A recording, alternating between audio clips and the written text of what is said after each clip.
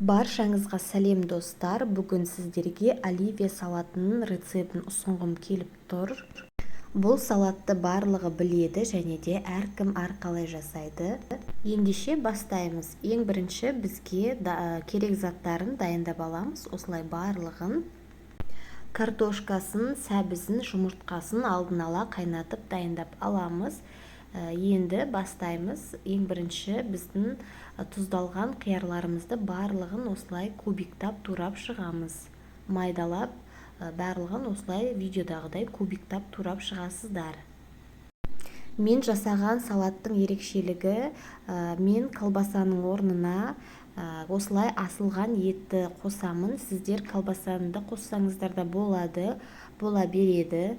Бірақ та мен осы салатқа өз басым ет қосамын. Етті осылай алдын ала пісіріп аласыздар. Ет қосып жасаған маған дәмдірек болып көрінеді. Сіздерге қалай ыңғайлы, қалай қолжетімді, солай жасай берсеңіздер болады.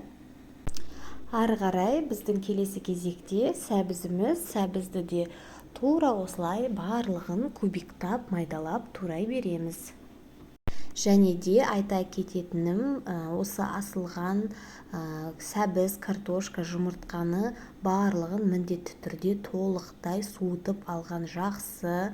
Барлығы толықтай суылған кезде мұздай күйінде турасаңыздар, салаттарыңыз одан әрі дәмдірек бола түседі. Бұл салатта сәбізді өте көп қосудың қажеті жоқ.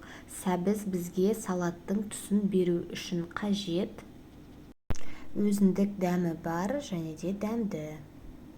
Келесі кезекте менде картошкамызды да тура солай кубиктап тураймыз. Мен картошкам көбірек пісіп қалған екен, ештеңе етпейді. Бірақ сіздерге кеңес, картошканы өте көп қайнатудың қажеті жоқ, себебі езіліп кетуі мүмкін және де салатта әдемі көрінбей қалуы мүмкін. Сондықтан картошкамызды өте қатты көп пісірмейміз. Бұл салат өте тойымды және де адам ағзасы үшін өте пайдалы. Ішінде қаншама витаминдер бар. Айына кем дегенде бір рет жасап тұруға кеңес беремін. Өте керемет, дәмді салат.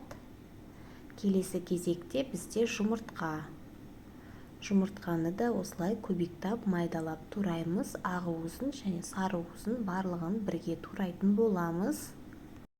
Бұл салатта жұмыртқаның көп болғаны салатқа өте керемет дәм береді. Сондықтан 3-4 немесе 4-5 жұмыртқа қоса берсеңіздер болады. Оның артық нәрсесі болмайды. Енді барлығын турап болғаннан кейін міндетті түрде горохымызды қосамыз. Горохтың суын төгіп тастаймыз, өзі ғана қажет. Осылай бір салатқа менде бір банка горох кетті. Осының барлығын қосып салдым. Және де тұз салуды ұмытпаңыздар. 1 шай қасық тұз жетеді. Себебі майонезде де өзіндік дәмі бар. 1 шай қасық тұз жетеді.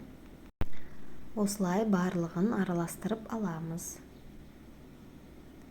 Барлығын араластырып болғаннан кейін майонезімізді қосамыз.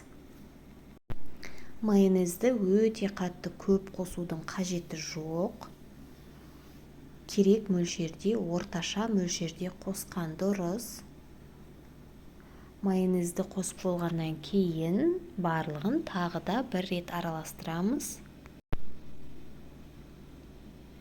Достар, өте оңай, көп уақыттарыңызды алмайды. Ең жеңіл, ең оңай салаттардың бірі. Мінекей салатымыз дайын. Енді ыдысымызға салып, дастарханымызға қоя берсек болады. Сіздерге видео ұнаған болса, менің каналыма тіркеліп, лайк басып, комментарий жазып кетуді ұмытпаңыздар. Сіздермен бірге болған ұл болсын, астарыңыз дәмді болсын.